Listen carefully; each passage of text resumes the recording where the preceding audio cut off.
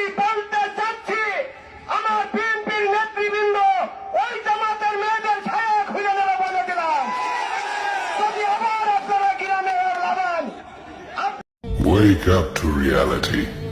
Nothing ever goes as planned in this accursed world.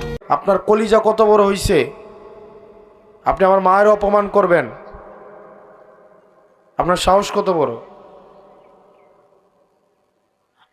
আমাদের জীবন গেল, আমাদের মা বোনের ইজ্জত রক্ষা করতে আমরা দুইবার ভাববো না।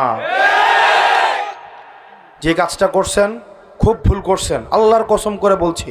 আপনি যে মার পোলাই হন না কেন, আপনি যে হন না কেন, আপনারে কোনোভাবেই আপনাকে এটা যদি ক্ষমা না চান, আপনাকে ছাড় দেওয়া হবে না। এটা কোনোভাবেই ছাড় দেওয়া হবে না। প্রশাসন এই বিষয়ে গতকাল মামলার প্রস্তুতি চলছে, এই বিষয়ে দৃষ্টান্তমূলক শাস্তি হবে ইনশাল্লাহ। আর আপনার মা বোনরা যারা আছেন, আপনারা নির্বিঘ্নে আপনাদের মত, আপনাদের দ্বিমত আপনারা নির্বিঘ্নে মানুষের কাছে প্রচার করবেন, প্রসার করবেন। এক্ষেত্রে যদি কেউ বাধা দেয়, তার দৃষ্টান্তমূলক শাস্তি হবে আইনগতভাবে। তুমি তো আর টেন্ডারবাজি করতে পারবে না, চাঁদাবাজি করতে পারবে না, সেটাই তো নাকি? আর আমিও যেহেতু নিশ্চয়তা পাইছি যে আমার চলতে আর পয়সা লাগবে না, আমার রাজনীতি করতে পয়সা লাগবে না, জনগণই হচ্ছে আমার রাজনীতির পয়সা জোগাড় করবে, তাহলে আমার কি টাকা পড়ছে আমার চাঁদাবাজি করার? বলেন, কোনো টাকা পড়ছে?